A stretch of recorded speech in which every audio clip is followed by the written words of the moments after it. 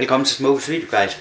Jeg vil i guiden her vise dig, hvordan du oplader dit batteri, når batteriet det er løbet tør for strøm. Når batteriet er løbet tør for strøm, så vil du kunne se den blå knap heroppe, den blink. Så er det tid til at lade batteriet op.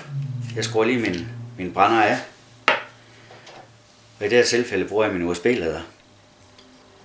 Jeg tager laderen og sætter den til strøm, enten det er i stikket, der følger med, og så i stikkontakten, eller i computeren. Og når der er strøm på, så er knappen hernede på laderen, den vil lyse grøn. Nu skruer jeg mit batteri i her i enden, og jeg skruer ind til knappen den begynder at blinke blå, hvorefter lampen heroppe skifter til rød. Nu lader batteriet, og så behøver jeg ikke skrue batteriet mere. Når batteriet er ladt helt op, så er den lyse grøn, og så vil du cirka have strøm til en dags forbrug. Inden jeg sætter batteriet til ladning, så kan jeg lige tage en bitte klud, lige at tørre den af hernede i bunden, heroppe i toppen af batteriet. Når kondens og noget kan godt løbe ned og lægge sig hernede i bunden, og for at holde det lidt rent, så tørrer jeg det lige af med en klud, inden jeg sætter det til ladning. Så er det godt kørende.